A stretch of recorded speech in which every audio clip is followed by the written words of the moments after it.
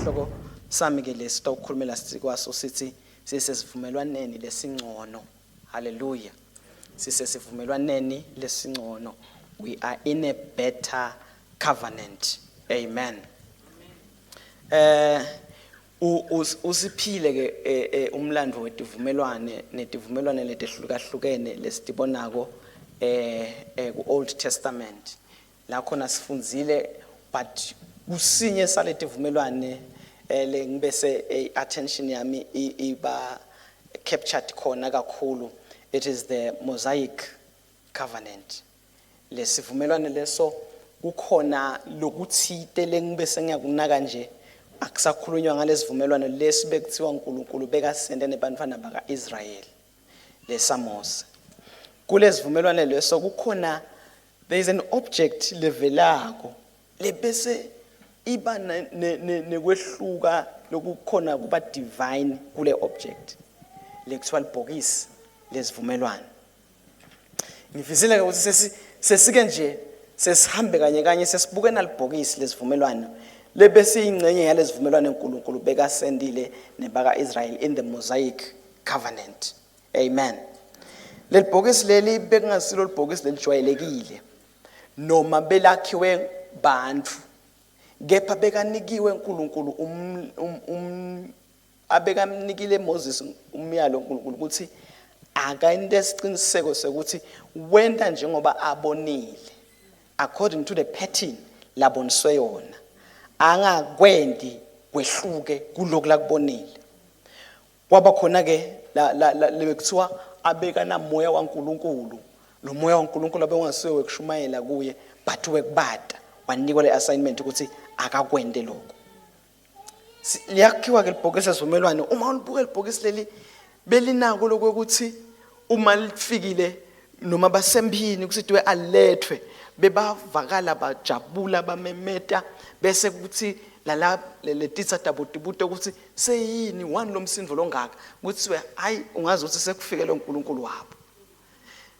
Bekuchachatela abantu mabeva ukuthi laba kaIsrayeli bana leli bhokisi lesivumelwane. Liyasuka kuthiwa kunemadvodza aseBethshemesh kuthiwa lamadvodza lawa athi lihamba leli bhokisi malifika lekibo baluvula balihlola bafuna kwathi ukuthi kunani lakhathi. Ngithiwa beka ngi70 lamadvodza uNkulunkulu wawashaya onke afa leso sikhathi. It was not an ordinary object. There was something lebehlukile ngaleli bhokisi leli. And kuthiwa ke leli bhokisi leli belingilona limelela bukhona baNkulunkulu emkhathini wesive sakaIsrael. Uma kukhona lona bebaba nako ukuthi sho sina uNkulunkulu usemkhathini wethu ngoba bekungilo belimelele bukhona baNkulunkulu. Amen.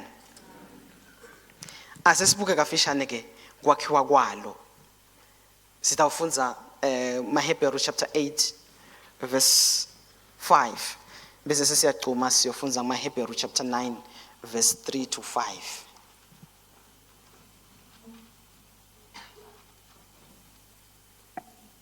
maHebrew chapter 8 verse 5.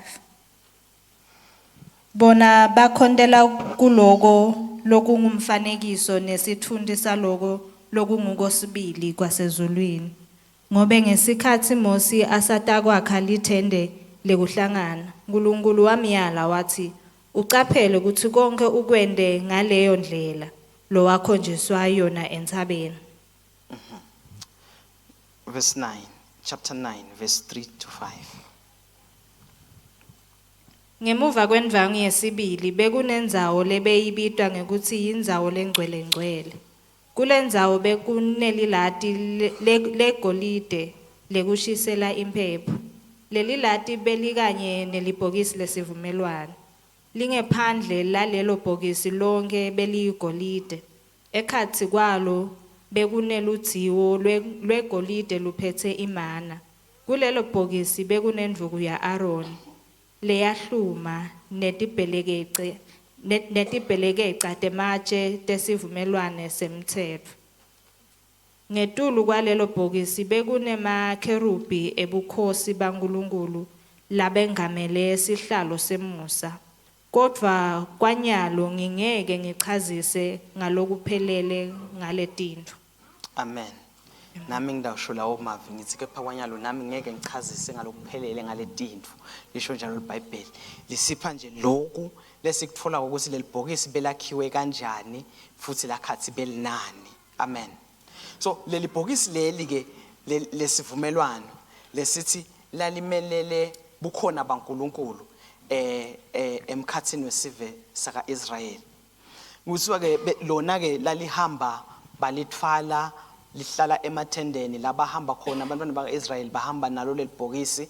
Kwendeka ke eminyakeni kwaba khona ukuthi batfunjwe kwendeke lokwanalokwa kepha mase sithi siyabuka siyabona makufika inkosi Davide aba inkosi ngathi Sawula waba bethi ishisekelo kaNkulunkulu ngaleli bhokisi but makasangena Davide aba inkosi wase uthi leli bhokisi uyalifuna libuye edolobheni lakhe in the city of David wase wenda tabade ukuthi akalitfole leli bhokisi libuye edolobheni lakhe ngoba leli bhokisi lalimele bukhona baNkulunkulu.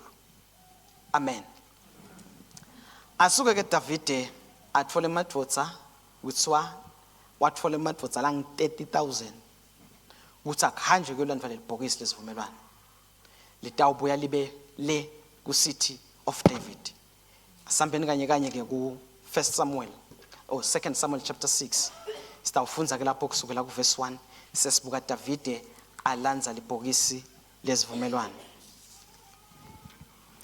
2 Samuel chapter 6 from verse 1 to 10. 2 Samuel chapter 6 from verse 1 to 10. Davide waphindze wabuthela ndzawonye emadvodza elikhethelo aka-Israyeli labengu-30,000 asawonke. Davide kanye nawo onke lamadvodza labewabuthile bashuca busuku bashuca besuka eBhala lakaJuda baya kwenyusa libhokisi lesivumelwano sasimakadze khona lelalibitwa libito lasimakadze longusomandla lobusela esihlalweni sebukhosi asemkhathini wemakherubi laseti kwelibhokisi lesivumelwano. Bekhweta libhokisi lesivumelwano saNkulunkulu engcoleni lensha balikhipha endlini yaka Abinadabi leyayisetulu entsatshaneni. Bo-Uza na Ahiyo emadvodzana a-Abinadabi babeshayela lencola lensha leyayethwele libhokisi lesivumelwano saNkulunkulu. Ahiyo yena abelihambela embili. Davide kanye nayo yonke indlu yaka-Israyeli babejabula bagidza ngawo onke emandla abo embi kwasimakadze bathumisa ngetingoma nangemahabu nangemalire nangemafahlawane nangetikhelekehla nangabokhencekhence. Bathi nabefika ebaleni lekubhulela lakanakhoni letinkhabi takhubatela ngako Uza welula sandla wabamba libhokisi lesivumelwano saNkulunkulu. Lulaka lasimakadze lwamvuthela Uza ngenxa yesento sakhe sekungahloniphi. Ngako uNkulunkulu wamshaya wafa wafela khona lapho eceleni kwelibhokisi lesivumelwano saNkulunkulu. Davide wase uyathukuthela ngobe lulaka lwasimakadze lwalehlele etikwa Uza kuze kube ngulamuhla lokhu leyo ndzawo seyabitwa ngekuthi yiPheresi Uza. Ngalelo langa Davide wesaba simakadze wadzimate wathi lingeta kanjani ke libhokisi lesivumelwano kami. Ngako wangabe asavuma kulithatha ahambe nalo aye eJerusalem lidolobha laDavide. Wabe sewuyaphambuka walimikisa ekhaya ka-Obedi Idom waseGadi. Lana kujatshuliwe kumnanzi ukuthi nalibhokisi lesivumelwano selitfolakele kubuywa nalo. Davide uhamba nalo kuthiwa 30,000 wemadvodza ahamba embi kwalo ashaya emahabu ashaya tonke Steve Jolo kuyacelebrate ukuthi libhokisi lesivumelwano shothi bukhona baNkulunkulu sebahamba nabo baya edolobheni la David, the city of David. Basesendleleni kuthiwa letinkabi lebetithwelele libhokisi takhubatela ngembili kuhamba Ahiyo ngemuva kuna Uza ngoba ungemuva enqoleni lethwele libhokisi lesivumelwano ugadze ngemuva abone mathishelela tingabi ngoba yena bekadvude athi uyalekelela ubamba libhokisi kuthiwa lulaka laNkulunkulu lamshaya wafa khona lapho. Hayi kuthiwa Davide athukuthelela uNkulunkulu atibuta ukuthi kanzi lendvo lena hlobo luni lelibhokisi kanzi lo Nkulunkulu unjani lona ngoba lendvo sabeyisita lena lulaka longaka ishayelwa ini. Wase uyacabanga ukuthi angeke ngithathe lelibhokisi leli ngilimikise le sisho nginteka siphele sonke le kuleli dolobha lami. Ngizwa ke wagcina decide ukuthi alihlale lithathwe nguObed Edom. Obed Edom kuthiwa abeka ngumgadi lo bekusho ukuthi Obed Edom abewetive abeka ngasuye Israel. Siyakhumbula manje kusesivumelwano sisemkhathini waNkulunkulu nani nema-Israel. Nyalo lelibhokisi lesivumelwano seliya kumuntu wetive ngisithi mangicabanga silana wathi nalendvo beyikhulunywa ngumfundisi evikini leliphelile ungathi yahlangana la ukuthi lo Messiah bamrejecta laba bekete kubo wase sekuvula umnyango bekuthi nathi thine betive noma ngabe bekangakadeli thine sase sesithola umusa wengena lapha lelibhokisi lesivumelwano lisemkhathini lesivumelwano lisemkhathini waNkulunkulu lembaka Israel. Kepha ngenxa ukuthi nyalo uSithe David lebe bangibona bafanele ukuthi bangathatha libhokisi lesivumelwano lihlale nabo bathi cha nangwe tive uthiwa ke kuthiwa wena uyawutibona thatha lelibhokisi aseliyelekako. Ngisithi mangimcabanga ngathi ingabe Obed Edom wafike wathini kumkakhe ukuthi lelibhokisi lelenta nje ulethe la nyala usabafuni labambandvana la kama usafuni lokuphila lelibhokisi lelivumile wonke umuntu uvile ngalokuthi wadlala kabi kilo uyaphela 70 emadoda athi ayahlola ukuthi kunani lelibhokisi ashaye kafa onke same time. Ulisaphi lebhokisi leli lahamba libhokisi lesivumelwano lebukhona baNkulunkulu la kwetive Obed Edom. Asambeni kanye ngebazalwane kwendakalani kaObed Edom selifikile libhokisi. 2 Samuel chapter 6 solo sikhona sifunze 11 na 12.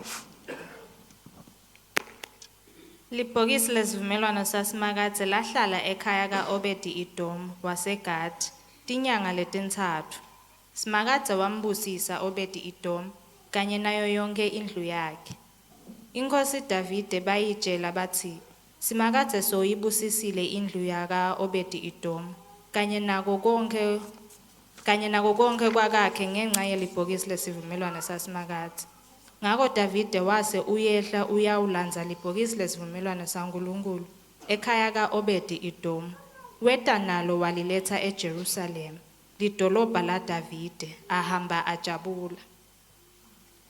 Amen. Ekhaya kaObed Edom libhokisi lesivumelwano lahlala inyanga letintathu. Kuthiwa kuletinyanga letintathu kusehlele libhokisi lesivumelwano ekhaya kaObed Edom taqala tinzabatanza kuthi lo Obed Edom lo wathatha libhokisi lesivumelwano la yakakhe simakathe sombusisile. Lo Obed Edom lo vulele bukhona baNkulunkulu bahlala ekhaya kakhe kunedindvo lesetiphatheka wonke umuntu ukhuluma ngaObed Edom ukuthi hayi man ungazi ukuthi solo kwangena lelibhokisi lesivumelwano ngoba shothi wonke umuntu ubeka singila gadzile ukuthi naku sita kwesive ukuthi uza ushayeke phansi ngekusita afuna kumisa kuvusa lelibhokisi lesivumelwano nali nyalo selapha kaObed Edom onke malanga bebahlale bagadzile bomakhelwane nebantu ukuthi tindzaba titawuthini ngelikhaya lapho Obed Edom babona konke kushintsha kwaba nesibusiso saNkulunkulu ekhaya kaObed Edom. Ngekuthi ekhaya kaObed Edom bekulikhaya leli nebukhona baNkulunkulu. Inyanga letinzathu kwaqala kwabonakala lushintsho. Ngibese ngiyacabanga kuthi 90 days wabangela inkosi Davide wasukuma wathi alibuye lebhokisi. Leli bhokisi lathi yena hayibo alihambe, washintsha ingqondo wathi buyisani leli bhokisi libuye nyalokanga. Asabone lokwentiwe ngileli bhokisi lesivumelwano ekhaya kaObed Edom. Awulicabange likhaya lakho sekulikhaya lebukhona baNkulunkulu, kutawuba njani? Kuna nanke magama nanga bathi Dr. M.R. Dehan uthi the nearest thing to hell on earth is an ungodly home broken by the sin and iniquity. Children are abandoned to the devil and all the forces of wickedness. Abesati, the highest happiness on earth, it is in a home, in marriage. La khona kucelebratewa khona impumelelo kunemthando. Lokusho ukuthi sithola sithombe letingithula.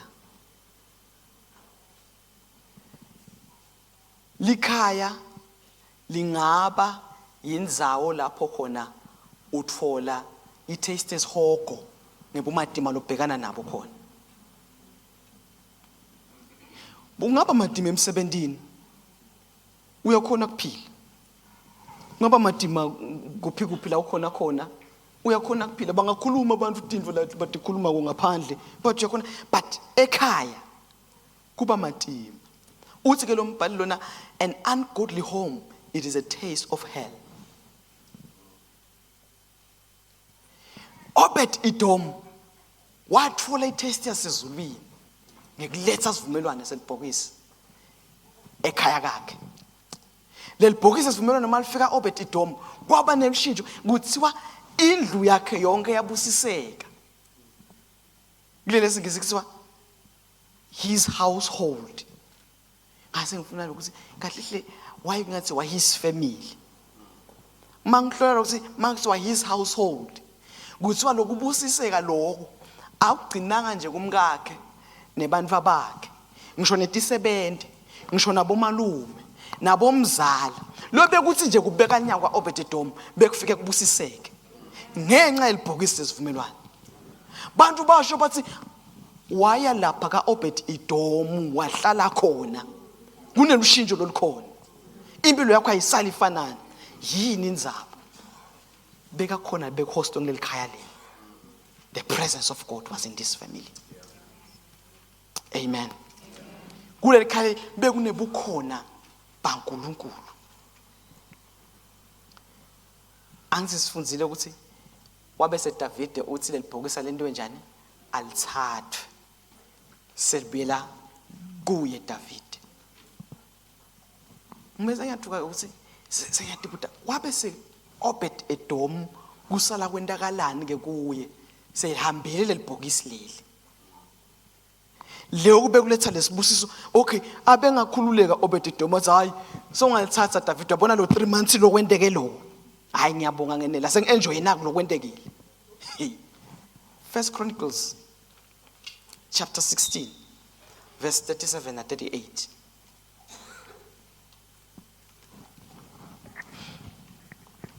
The Chronicles 16 verse 37 and 38.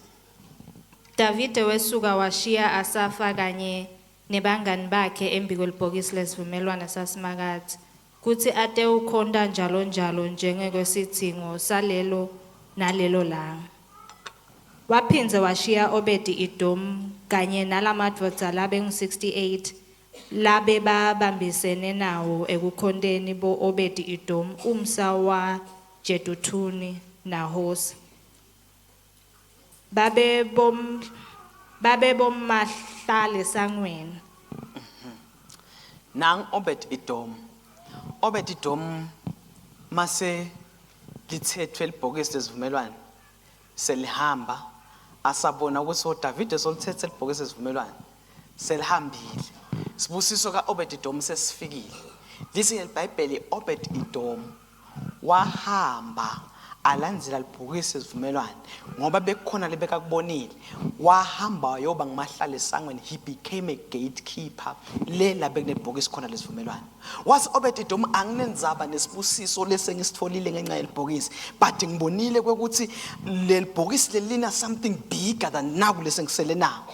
Wathi ngeke ngisuke ngishiye lobukhona baNkulunkulu lengibubonile kuwami umndeni. So wasuka wathi ngamane mankule proximity yaleli bhokisi kwenele kimi. Wathi ngamane ngihlale lapha makuthiwa lilanga ekhathi la mina ngibeke lapha egedeni. Ngoba ngimane ngibedude nalebukhona baNkulunkulu. How many of us after being blessed lesichubeka kusifune kuhlala nalo uNkulunkulu, or we then turn our face and then sibuke kunaka nako, let us enjoy the blessing? But Obed-Edom wathi angeke mina ngibese sengihlalela kujabuliswa ngilesibusiso uma lihamba lelibhokisi leli ngilandzela lona. Wahlala legedeni kusobe sekungimahlala esangweni, kusobe kunenkonzo beyendiwa lana onke malanga, kuhlatshelelwa kwendiwa konke. Obed-Edom abewetive lesivumelwano lesi sebaka Israel, but wabenefita. Amen. Uma siqhubeka ke nalendzaba siyambona inkosi Davide siwa bese ihlala kahle, seyihlala endlini yemsedari, konke intwe setikulungele, setikahle, setitinhle. Yaba nekukhathateka inkosi Davide yathi ngingahlala kanjani endlini yemsedari libe libhokisi laNkulunkulu lihlele emathendeni, solo lehlele nyuka nemathende. Wathi ngidawo wakha indlu ngiyakhele uNkulunkulu. Ize iBhayibheli umprofeti waNkulunkulu Nathan weda kuye wathi no, uthi uNkulunkulu ungamakheli indlu. Indlu yini wena lo ngingamakhela yona? Wake yini wacela indlu yena wathi ufuna indlu yemsedari. Bekumhluphe ngani ngoba bekunguye bekakhethile kuhlala emathende nahambe kanje. Wathi hlobo luni lendlu ungangakhela lona wena? Ngoba lizulu lisihlalo sami, umhlaba senabelo setinyawo tami. Mawuthi utangakhela indlu taba njani le ndlu utangakhela yona? Wathi usikepha esitukulweni sakho ukhona lengamkhetha angakhele leyo ndlu. Siyathola ke kuthiwa Solomon nguye lo wabese wakha ithempeli laNkulunkulu. Lase liyathathwa libhokisi lesivumelwano lifakwa lapha ethempelini. Kuleli thempeli kule ndlela bekwakhiwe ngayo bekunetindzawo la khona bekunetigaba tekungena, beyikhona i-outer court la bekuthiwa bekune betive, kube ne-inner court la bekuthiwa khona bekunibeka Israeli, bese kuba ne-holy place, bese kuba ne-holy of holies. Letigaba ngalendlela behlukaniswe ngayo. Kule holy place bekungena abapriesti mabenda leyo nkonzo labayendako, but ku the holy of holies so bekungena umpriesti lomkhulu naye angena kanye ngeminyaka. Le kule holy of holies bekunaleli bhokisi lesivumelwano lihlala khona. Lapha ke angizisithe leli bhokisi lesivumelwano lisho ukukhona baNkulunkulu. Abe kungavumeleki ke bekungadlalwa lapha ebukhoneni baNkulunkulu. Bekungavumeleki nje ukuthi kungasa ngakusasa uswena ukhanga ebukhoneni baNkulunkulu ubhoboke sovela lapha. Bekungeke nje lokho kwenteke. Bekwenteka in 365 days in a year. Only one day was dedicated ukuthi kungenwe ebukhoneni baNkulunkulu. Nakhona kungena umpriest lomkhulu yedwana.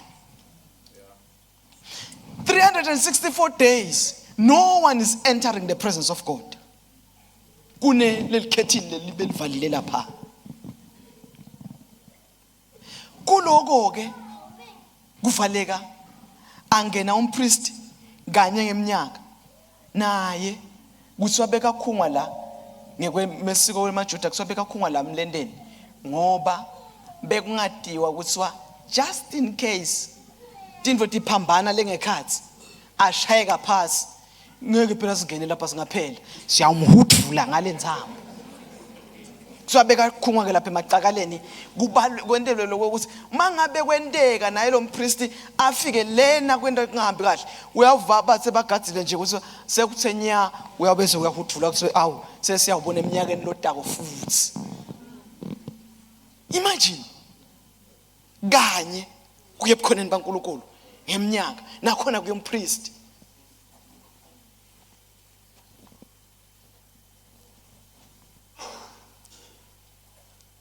Kepha kukhona lokwendeka.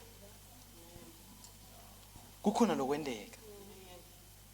Bible mali sinikete ama records lisibe kungilesihlanu. Jesu alenge siphambanweni. Bathi ba priest ukuthi indvango imile lapho.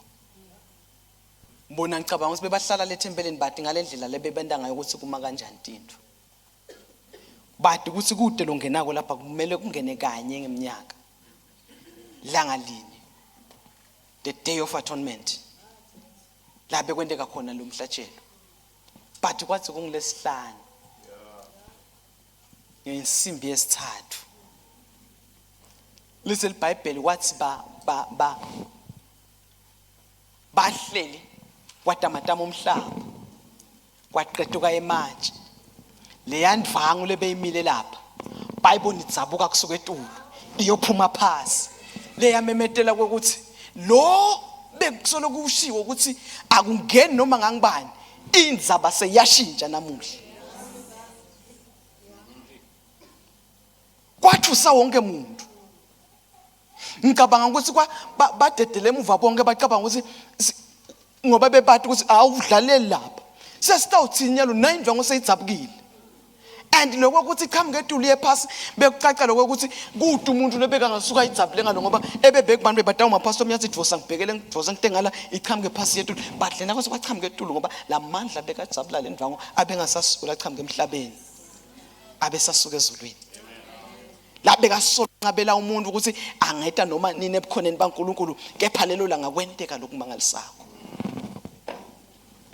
Hallelujah. Lokho bekusolo kwathiwa ukuthi kuyawiwa kanye sashintsha story something better sivumelwane lesingcono sa introduce lesekungcono kunalo kwakuqala asesilifunze leli Matthew 27 verse 45 to 51 Matthew 27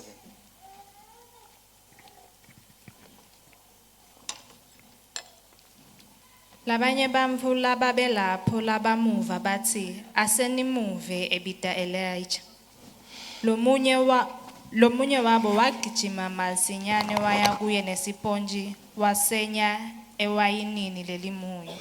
Wasihloma eluthini lwemhlanga wetama kumnathisi. Kodwa labanye bathi asenimiyekele sibone ukuthi lo Elijah ude ufika yini atemsinzisi. Jesu waphinze wakhala ngelivi lelikhulu kakhulu wase uyafa. Bheka indvangu leyayilenga ethempelini yadzabuka ekhathi kusukela etulu kuya phansi. Umhlaba watamatama emadvala achekeka ekhathi. Emathuna avuleka bamfu labanyenti baNkulunkulu laba befile bavuswa ekufeni. Bawashiya emathuna emva kwekuvuka kwaJesu emva kwekuvuka kwaJesu ekufeni bangena edolobheni lelingcwele. Amen. Ngithanda lo 50 na 51 lalise khona Jesu waphinze wakhala ngelivi lelikhulu wase uyafa. Bheka indvangu leyayilenga ethempelini yadzabuka ekhathi kusukela etulu kuya phansi. Umhlaba watamatama emadvala ecetuka ekhathi. This was the establishment of the new covenant. Uma kwendeka kufika lesivumelwano lesisha lesi umhlaba kuthiwa watamatama ematshe acetuka ngoba bese kune introduction yesivumelwano lesisha futhi lesingcono. Lo bekusolo kumkalela umuntu ukuthi ufanele aye kanye nakhona angatiyeli yena kuye umpristi lomkhulu kwase kushintshile sesingena esivumelwaneni lesingcono. Amen. Asambeni ke kanye ku Hebrews chapter 8 sesitobuka kafishane ke sesengasigcineni lesivumelwano lesingcono. Hebrews 8 sitawufunza verse 6 bese siya Hebrews 9 sifunza 11 na 12. Kodwa Kristu sewunikwe inkonzo lephakeme nalenkulu kuneyabo, njengoba nalesivumelwano langumlamuli waso emkhathini waNkulunkulu nebantu singulesingcono, ngobe sisekelwe tethembiso letingcono. Hebrews 9 verse 11 and 12. Kodwa Kristu sewufike waba ngumpristi lomkhulu wetintfo letinhle lebetiyawufika. Leli thende lekuhlangana lakhonda kulo likhulu kanti futhi liphelele, alisilo lelakhiwe ngetandla lekusho ukuthi alisilo lalomhlaba lodaliwe. Wangena kanye kwenela endzaweni lengcwelengcwele, angakaphathi ingati yetimbuti neyemathole, kodwa aphethe ingati yakhe lucobo. Kungako nje asizuzela kuhlengwa kwaphakade. Amen. Lesivumelwano lesi iBhayibheli sitshela ukuthi singcono. Lithi kodwa Kristu sewunikwe inkonzo lephakeme nalenkhulu kuneyabo. Lenkonzo leniketwe Kristu iphakeme futhi inkulu.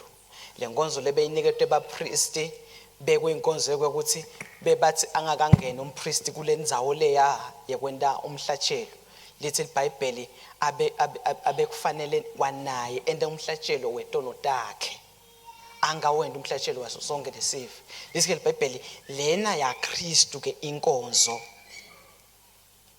nilephakeme nalenkhulu kuneyabo, njengobe nalesivumelwane langumlamuli waso emkhathini waNkulunkulu nebantu singulesingcono. Amen. Ngobe sisekelwe tethembiso letingcono, sisesivumelwaneni lesingcono nalesesekelwe tethembiso letingcono.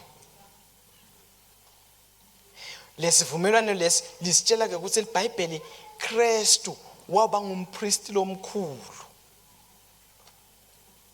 wangayi nje thempelini lebelakhiwe etandla temuntu, waya ezulwini.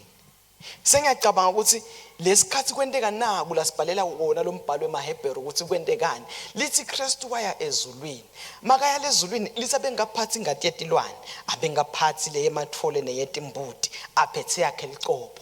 Wafike wasizuzela kuhlengwa kwaphakade. Shothi ngalesikhathi abhizi Kristu lesikhathi akwenda lokho. Ngikolo lokwenda ngokuthi lesivumelwano lesizala lesisolo simise umpristi lomkhulu ukuthi angene lapha. Sase sesiyadzabuka lesenco selithempeli. Kwase sekuthiwa sesiqedzile ngaloko, sekukhona lo sekungcono lesekufikile. Lokwenda umuntu azuze kuhlengwa kwaphakade. Lokhu lesesikuthola nyalo sekungcono kunalokhu bekwentwa ngumpristi lo beka khona abapristi laba bebakhona etolo. Hebrews chapter 4 verse 14 na 16, from verse 14 to 16. Uthi ke njengoba sinempristi lomkhulu kakhulu, Jesu indvodzana yaNkulunkulu lodzabule emazulu, asibambelele kuso sivumelwano sekukholwa kwethu. Lo mpristi wethu lomkhulu akasiye lowehluleka kuvelana nathi ebuthakathakeni bethu, kodwa walingwa ngayo yonke indlela njengathi nokwakazange one. Ngakho ke asisonzele ngesibinzi esihlalweni semusa, khona sitekwemukela sihawu sithole umusa lotasisita ngesikhathi lesifanele. Kulesivumelwano lesingcono lesesikiso iBhayibheli lithi asonzele ngesibindi phambi kwalesihlalo semusa nesihawu. Nyalo lesivumelwano lesesikiso asisamele 364 days aphele kuze sisonzele. Lithi nyalo sekuvulekile lelisango sesingangena. Site lapha phambi kwalesihlalo semusa sitawuzuza umusa lotasisita. Sekungcono lapha la sesikhona khona kunalabe bakiko itolo.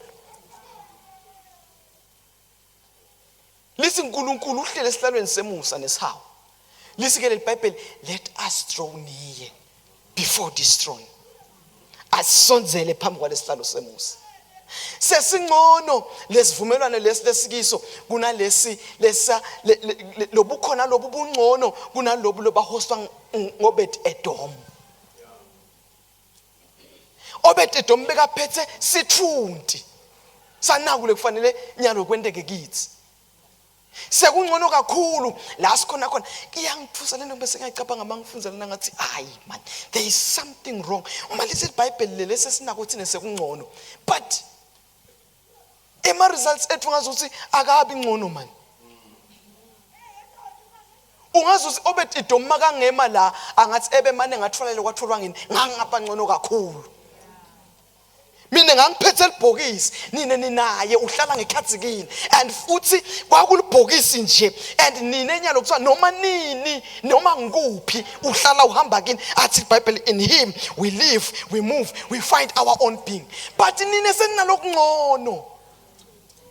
Kepha siphila ngazuthi solo simila 364 days aphele bese sengikhathi sivela kule 365. This iBhayibheli lesi sinako sekungcono. Listen, uNkulunkulu so uhlele kulesihlalo semusa nesihawu uthi ndingeda ngifuna kunika. I want to give you. Hallelujah. It's draw near to me. Come before this throne. There's something I want to give to you. Bese lithi uyakwati kuvelana nathi ngoba naye wali uyayiunderstand lento uthi naye waba ngumuntu walingwa njengathi uyathi lokuthi ubhekana nani but uthi come here. Masalwane singcono lesisikiso sivumelwano. Ungazi ukuthi uNkulunkulu uyamangala. Ngicabanga ukuthi nabo basendulo bayamangala bayasibuta ukuthi uyathi labantu laba ebemane lokhu kwatholwa ngithi ngabe sikuphi ngoba lalaba nako sekungcono. Sasimela umpriest thina noma ngabe uyayoba unesimo lofuna ngabe uNkulunkulu ngawuya action ngawuya sibika nyalo wawumela umpriest uyawuze kungene yena. Kepha thina sesinokungcono. Sesinalokungcono. Asame ngoba lo mpriest wethu lesi la sesizuzele kona kuhlengwa kwaphakathi. Hallelujah.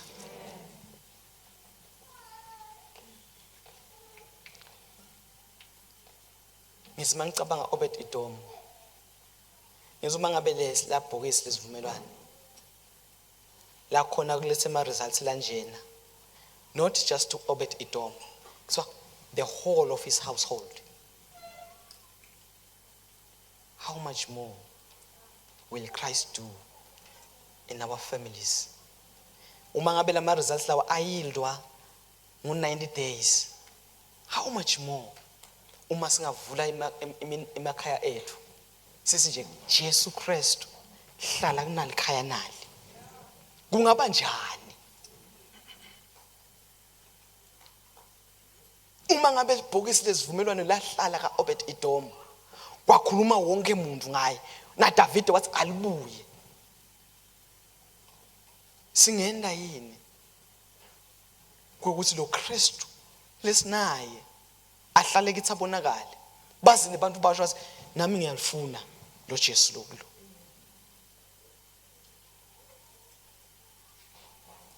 Sisesivumelwaneni lesingcono.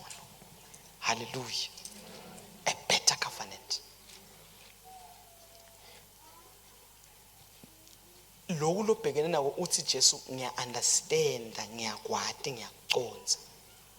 uthi ngiyavelana futhi nawe. But the problem ukhuluma ngako lapha eLithenzeni uthi draw near to me. Uthi lo lokuvako ngiyakuva ngiyaconza ngivelana nawe futhi. Manje ukhulumela la phakashana awusonzele phambi kwalesihlalo semusa. Ngendeka nawe unako. Lokusolo kubabathi mani bathi la into nayo inkosi yami. Ngendeka futhi bosokuposta la usolo kuposta lapha ku WhatsApp. Uthi Jesu ngiyakubona manje ukuposta lapha ku WhatsApp. Uyabatshela bonke. But usengikake wasonzela la. Ngoba la usindakunika umusa lo tawubese uyakusita. Hallelujah. Singasukuma insilibandla sithi yathi namuhla sifuna kusonzela. Lokukhulu lengifuna kukwenda ngifuna kusonzela lapha esihlalweni semusa nesihawu. Ngoba selivulekile lelikhetting sesingadidela. Hallelujah. Ngiyacela sisukume ngetinyawo tethu sitawuthandaza. Kulesi sikhathi ngifisa ukuthi sithandaze. Actually maybe nawe unaso leso simo and unako ukubona ukuthi hayi mani bese ngihambela khashane. Ngendeka uboso ubona ukuthi yathi abe ngasonzeli phambi kwalesihlalo. Lesinye isikhathi bocabanga ukuthi isolution iba khona mawuye esonveni. Lenvango yasuswa. So this asite ngesibindi. Come close to this throne. Whatever case that you have, can you present it before him? Hallelujah. Let us pray. Babelo ngcwele siyabonga. Indvango lebe solo kalela ukuthi thina sihamba sigcinephi. Livi lakho lithi yatsabuka. Yasuswa. Lithi Kristu waba ngumpriest omkhulu. Angaphathi ngadedelwane. Aphethe yakhe licobo. Wazuzela kuhlengwa kwaphakathi. Livi lakho Nkosi sitshela ukuthi sisivumelwaneni lesingcono. Uma ngabe kukhona belibhokisi lesivumelwano emntini kaObed Edom was able to yield such results, how much more right now? Siyasonzela Nkosi phambi kwesihlalo sakho semusa. Sithi nakithi ayakheke indlala yekufuna kuhlala enyaweni takho. Ayakheke indlala yekufuna wena. Egameni lika Jesu Kristu. Uthi wena buthakathaka bethu yavelana kithi nabo. There are things, oh God, letinye lesitendile leside ligabongato. Kepha Nkosi siyabonga ukuthi as we draw near before your throne, we receive grace. Lositako naba bantwana bakho Nkosi simile ebukhoneni bakho. There are different cases, oh God, that are being presented before you. We thank you, Father, ukuthi wena wethembekile uyasipha likhambi. Ngegama lika Jesu Kristu uyasipha umusa. Uyasisita umusa wakho la khona siba nesidingo khona. Egameni lika Jesu Kristu ludumo nebukhosi alube kuwe in Jesus name. Amen. Hallelujah.